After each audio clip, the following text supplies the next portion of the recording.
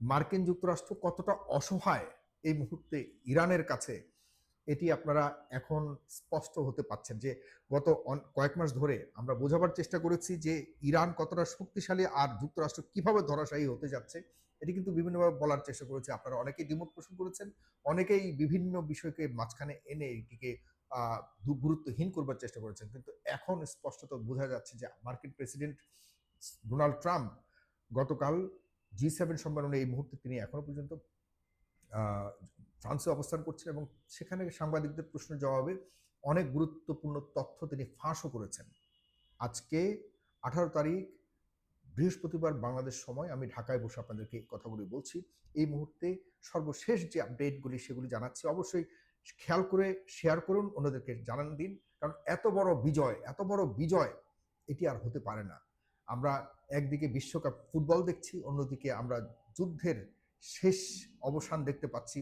এতটা মানে প্রাপ্তির মাধ্যমে ইরান বিজয় লাভ করবে এমনটা ভাবিনি। ইরান বিজয়ী হবে, কিন্তু এতটা দ্রুত আর এতটা প্রাপ্তিযুক্ত হবে এটি ভাবিনি।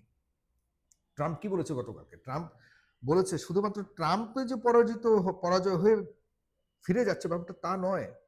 ট্রাম্প যেহেতু পরাজিত হয়েছে এবং ফিরে যাচ্ছে, ট্রাম্পের কারণে আগের যিনি পরাজিত হয়েছিলেন তারও তথ্য ফাঁস করে দিয়েছে।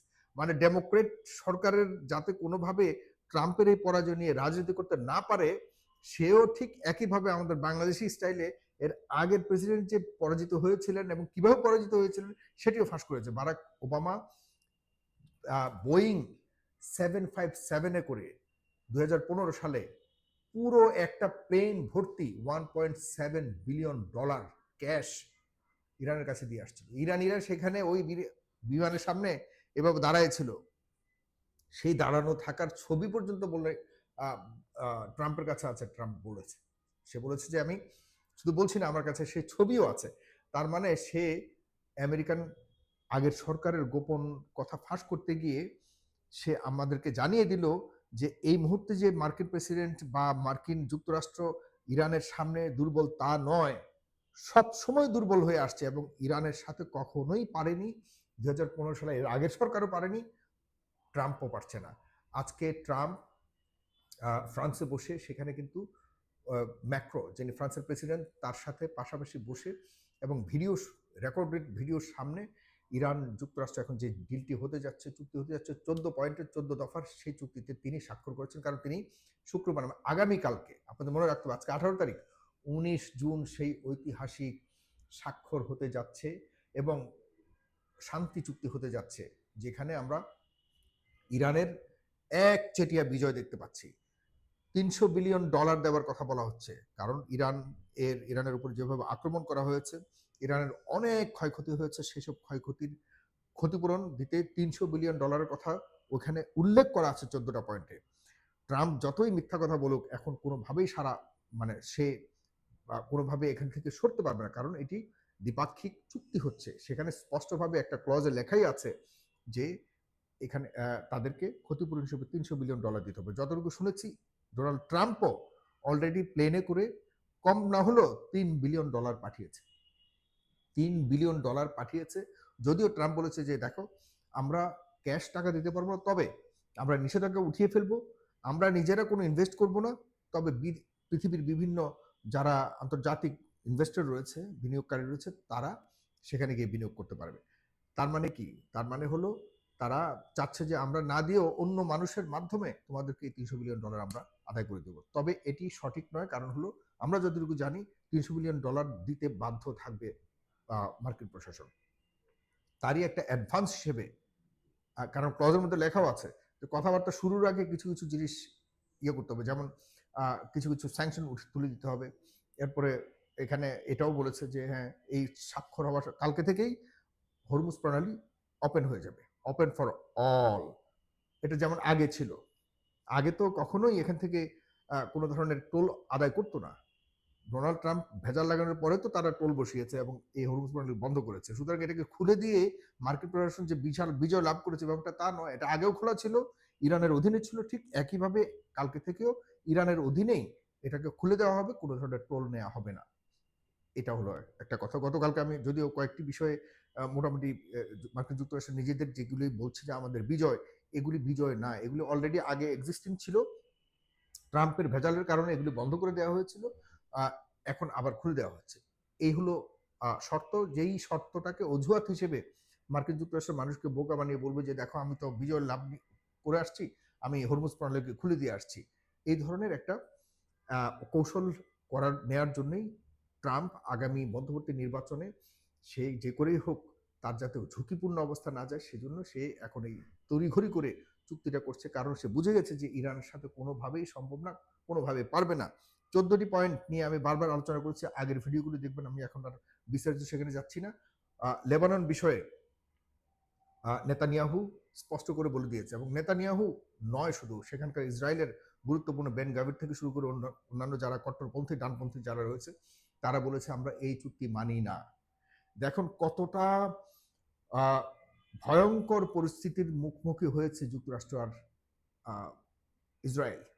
যুক্তরাষ্ট্র এই যে 14 পয়েন্টের যে চুক্তিটা হতে যাচ্ছে এটা খসড়া পর্যন্ত দেখায়নি ইসরায়েলকে। ট্রাম্প বলেছে যে আমি অনেক আগে এই চুক্তি করতাম, কিন্তু এই নেতানিয়াহুর কারণে এতদিন লেট হয়েছে। সরাসরি নেতানিয়াহুকে দায়ী করেছে, এবং ইসরায়েল এর পক্ষ থেকে ট্রাম্পকে এখন সবচেয়ে বড় দুশ্মন, বিশ্বাসঘাতক বলে বলা হচ্ছে। আমি অবাক হব না কিছুদিনের মধ্যে ট্রাম্প ইসরায়েলের বিরুদ্ধে আরো অন্যান্য ব্যবস্থা নিতে পারে, কারণ ইসরায়েল কিন্তু ভালো মানুষের দেশ না। এটা ট্রাম্প বুঝতে পারবে, আরো বুঝতে পারবে, মার্কিনীরা আরো বুঝতে পারবে যে কত বড় কাল সাপ তারা পুষে রেখেছিল এতদিন, বছরকে বছর, যুগ যুগ ধরে।